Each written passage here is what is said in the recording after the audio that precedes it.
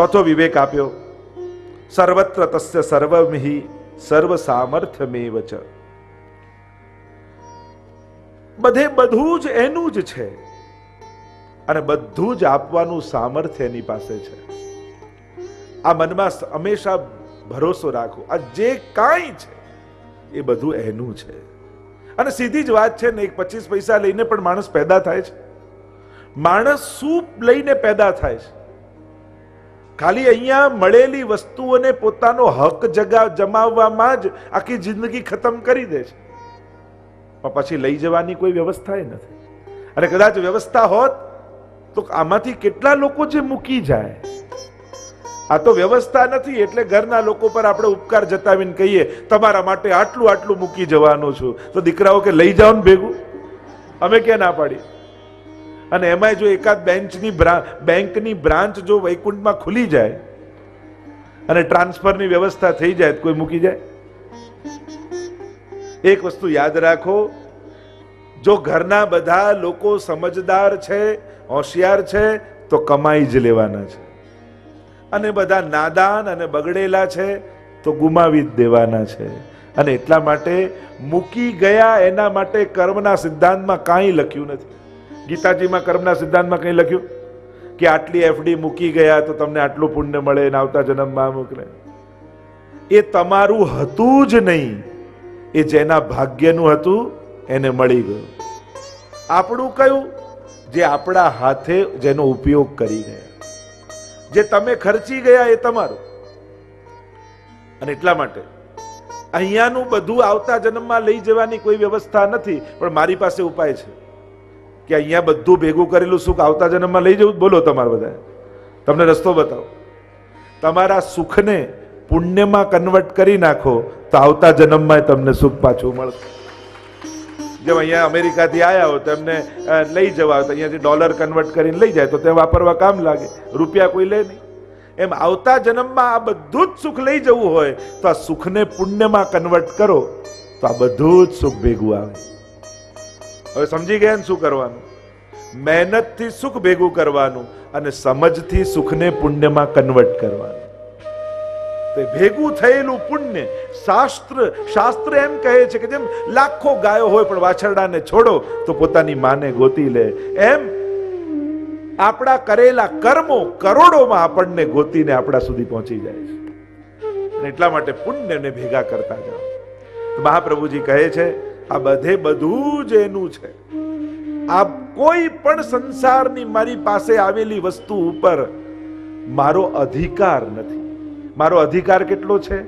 એને સદુપયોગ કેમ કરી શકું, એના દ્વારા મારો આત્મોદ્ધારમાં આ બધી વસ્તુ, આ જે સંસારની વસ્તુઓ મને મળી એ મારા પ્રભુના સુખમાં કેમ કામ લાગે, બસ એટલી સમજ મને મળે તો મારું જીવન સાર્થક થાય.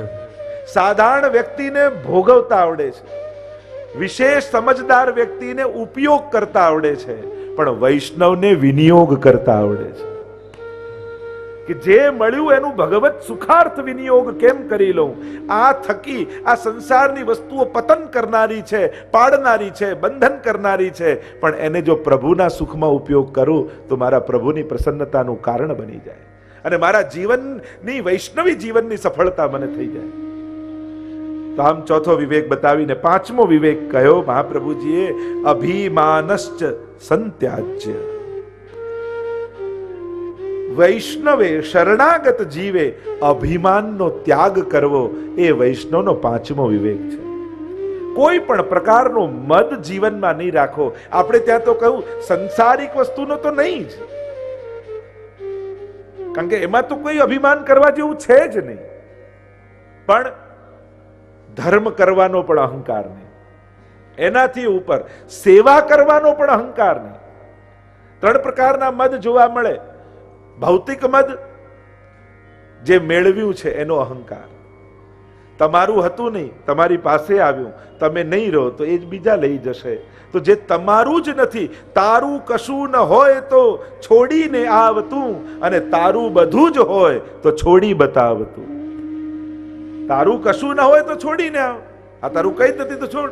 અને તારું બધું જ છે તો માલિક તો એને કહેવાય જે પકડીએ શકે ને છોડીએ શકે. છોડીને બતાવ તો તું તારો માલિક કહેવાય. આપણે વસ્તુઓને ક્યાંક માલિક બનાવી લઈએ છીએ અને આપણે મેનેજર બનીને જિંદગી ખતમ કરી નાખીએ છીએ. મેનેજર ના બનતા કે જે મેનેજ જ કરતો રહે, માલિક બનજો. અભિમાનશ્ચ સંત્યાજ્ય. બીજો અહંકાર ધર્મ કરવાનો, દાન કરવાનો, પુણ્ય કરવાનો, સત્કર્મ કરવાનો.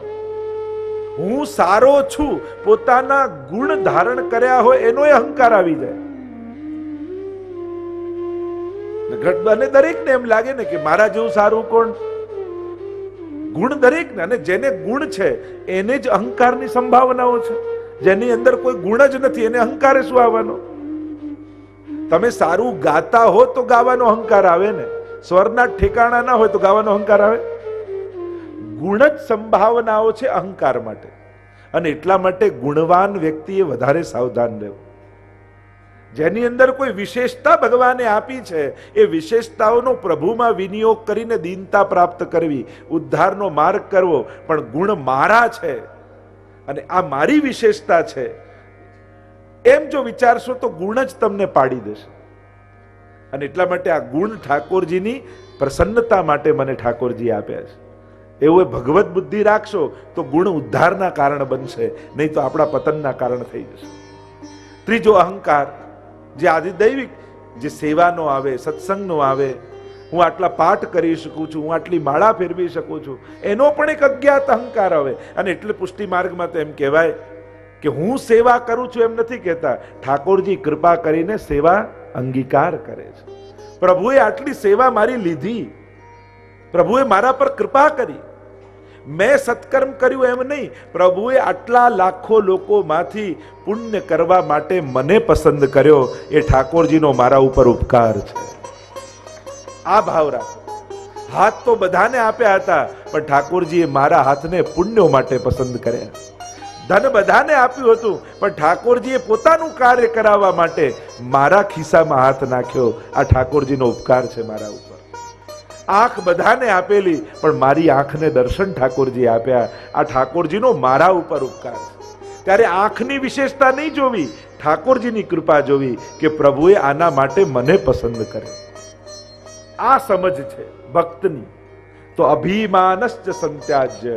વૈષ્ણવે ક્યારે પણ અહંકાર નહીં કરો. એટલે તો વાર્તા સાહિત્યમાં નથી પેલી રાણીનો પ્રસંગ આવે કે દર્શન કરવા તો જાઉં, પણ હું એકલી દર્શન કરું, ચાદર છત્ર ઓઢીને દર્શન કરું, હું દર્શન કરતી હોઉં ત્યારે કોઈ ન કરે. મહાપ્રભુજી કહ્યું છે ઠીક છે તમે કરો, પણ આ શ્રીનાથજી બાબા કોઈનો અહંકાર ચલાવી લે. દરવાજા બંધ કર્યા અને એકલા દર્શનની વ્યવસ્થા કરી, એટલા તો શ્રીજીએ બીજું રૂપ ધારણ કર્યું અને દરવાજા ખોલી દીધા. હજારોની ભીડ આવીને એકે કપડું ન રહ્યું. આ શ્રીનાથજી કોઈનો અહંકાર ચલાવતા નથી. અને એટલા માટે વૈષ્ણવે મદ નહીં કરવો, અહમ નહીં કરવો. અહંકાર એ ભાર છે, અને જેટલું ભાર બાંધીને પાણીમાં કૂદો ને એટલે ડૂબવાની સંભાવના વધી જાય. અને એ જ વિચારવાનું, ભવસાગર તરવા માટે કૂદ્યા તો છીએ, પણ આપણે લાઈફ જેકેટ બાંધીને કૂદ્યા છીએ કે પથરાઓ બાંધીને કૂદ્યા, એ આપણે વિચારવાનું. જેટલો ભાર બાંધેલો હશે એટલી ડૂબવાની સંભાવના વધારે. મદનો ત્યાગ. એટલે જ પુષ્ટિ માર્ગમાં તો અનેક પ્રકારના વારંવાર ચેતવવામાં આવે કે મદ ન કરતા, અહંકાર ન કરતા. ઠાકોરજીની બુહારીની સેવા કરો, દંડવત કરો, વંદન કરો, જેનાથી અહંકાર ઓગળે. પાંચમો વિવેક, છઠ્ઠો વિવેક આપ્યો, વિશેષસ્તે તે આજ્ઞા સ્યાદ અંતઃકરણ ગોચર. વિશેષતઃ ચેત આજ્ઞા, કે સ્વર્માર્ગની રીત પ્રમાણે, ગુરુની આજ્ઞા પ્રમાણે સેવા કરતા પ્રભુની કોઈ વિશેષ આજ્ઞા થાય અને એ વિશેષ આજ્ઞા પ્રભુની આપણા સુખ કરતા કંઈક જુદી હોય, આપણા સમજ કરતા કંઈ જુદી હોય, તો પણ એ આજ્ઞાને સ્વીકારી લેવી. એમાં અન્યથા વિચાર નહીં કરો. કારણ કે જીવન આપણી ધારણા પ્રમાણે ચાલતું નથી.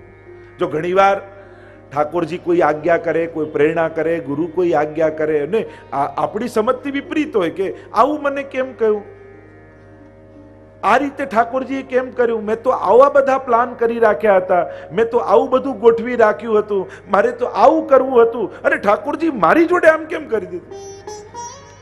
આવો વિચાર આવે એટલે ભગવાન પર શંકા કરી કહેવાય, ભગવાન પર અભાવ આવ્યો કહેવાય. જ્યારે આપણી ધારણાથી કંઈ વિપરીત ઘટે ને એટલે ભગવાન પર આપણને અભાવ આવી જાય.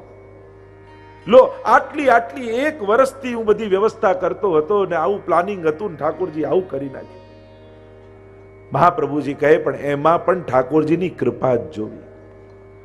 કારણ કે જીવનમાં ઘણું બધું એવું હોય છે, જો આપણી ધારણા પ્રમાણે જ થયું હોત ને તો આપણે જીવનમાં અત્યારે જેટલા સુખી છે ને એટલા નાય હોત. કારણ કે માણસને ફાયદો થાય ને ત્યારે ભગવાન પર પ્રશ્નાર્થ નથી જાય કે આ સુખ આપવા માટે હું જ તમને મળું છું. આવું ક્યારે ભગવાન પાસે થાય? પણ થોડુંક દુઃખ આવે તેમ થાય હું જ તમને મળ્યો ભગવાન. તો સુખમાં તો વાય આવો ક્વેશ્ચન ભગવાનને ક્યારે કરતા નથી, પણ દુઃખ આવે ત્યારે વાય વાય વાય વાય કેટલું લાંબુ લખી નાખી. સુખ તો જાણે હું લકી છું ને મેં કોઈ પુણ્યો કર્યા હશે ને એમાંય પાછા મૂળમાં પોતાને મૂકી દઈએ. મેં કંઈક સારું કર્યું હશે એટલે ભગવાને સારું કર્યું. એમાં ઠાકોરજીની કૃપા નથી દેખાતી. એક ટેનિસનો પ્લેયર હતો ને કેટલા એને એવોર્ડો જીતેલા, અને એને એકવાર કેન્સર થયું, અને ત્યારે એને કોઈએ કહ્યું કે તારી જોડે જ કેમ આમ થયો? ત્યારે એને કહ્યું કે દુનિયામાં કેટલા કરોડો લોકો ટેનિસ રમે છે, એમાંથી કેટલાક લાખો લોકો સિરિયસલી રમતા હશે, એમાંથી કેટલાક હજારો લોકો નેશનલ લેવલ પર રમતા હશે, એમાંથી કેટલાક 100 લોકો ઇન્ટરનેશનલ લેવલ પર રમતા હશે, અને એમાંથી છેલ્લે મેચ રમતા રમતા 2 જણા ફાઇનલમાં આવે, અને એમાં હું એક જીત્યો. ત્યારે મેં ભગવાનને પૂછ્યું નહોતું કે વાય મી, કેમ મને તે પસંદ કર્યો આ જીત માટે? તો આજે હું ભગવાનને કેમ કહી દઉં કે કેમ તે મને દુઃખ આપ્યું? સફળતામાં મેં ભગવાનને ક્યારે પ્રશ્નાર્થ મૂક્યો નતો, અને જ્યારે જીવનમાં અસફળતા આવે તો મારે જેમ એ સમયે મેં ભગવાનને પ્રશ્ન નતો કર્યો તો આ સમયે પણ હું ભગવાનને પ્રશ્ન નહીં કરું. એ સમયે ખુશી ખુશીથી સ્વીકારી લીધું હતું એમ આજે પણ હું સ્વીકારવા તૈયાર છું. તો જો વિપરીત ઘટના કંઈ ઘટે, ભગવાનને કંઈ આપણા ધારણાથી જુદી ઈચ્છા લાગે તો એને પણ સ્વીકારવું, પ્રભુની કૃપા જ જાણીને સ્વીકારવું આપણો વૈષ્ણવ જીવનનો એક વિવેક છે. તો મોટા ભાગે ઉદ્વેગ આપણને એમ જ થાય, ધાર્યા પ્રમાણે થયું નહીં, ટેન્શન એમાં જ હોય. એટલે એકવાર અકબર બિરબલની કથામાં પણ કહે છે ને કે બિરબલ મને કોઈ એવું વાક્ય કે હું સુખમાં સાંભળું તો દુઃખ થાય અને દુઃખમાં સાંભળું તો સુખ થાય. ત્યારે બિરબલે એક વાક્ય કહ્યું કે યે સમય ભી ચલા જાયેગા. જો સુખમાં સાંભળો ને તો દુઃખ થાય, અરે આ ટાઈમ જતો રહેશે, અને દુઃખમાં સાંભળો તો સુખ થાય, ચલો આ ટાઈમ પણ જતો રહેશે. બસ જીવનમાં આ જ સમજ છે. તો મહાપ્રભુજી સમજાવે છે કે આ વૈષ્ણવનો વિવેક છે. આ બધા વિવેક યાદ રાખજો જીવનમાં. આ જો વિવેક કેળવી લીધા ને પછી દુઃખની માત્રા અત્યંત ઘટી જશે. નાદાન વ્યક્તિ વધારે દુઃખી થઈ જાય, જેને સંજોગોને હેન્ડલ કરતા ના આવડતું હોય અને સારી સંજોગો સમય જેની સમજ સારી ન હોય એ વધારે દુઃખી થઈ જાય. જેનો સ્વભાવ વધારે ખરાબ હોય ને એ વિપરીત સંજોગોમાં વધારે દુઃખી થાય. બધું બરાબર ચાલતું હોય ને ત્યારે વાંધો ના આવે, ત્યારે બધા એના સ્વભાવને ઝીલવી લે, પણ વિપરીત સંજોગો થાય ને ત્યારે માણસ વધારે દુઃખી થાય. 7મો વિવેક મહાપ્રભુજી બતાવે છે, આપદ ગતાદિ કાર્યેષુ હટસ્ત્યાજ્ય સર્વથા.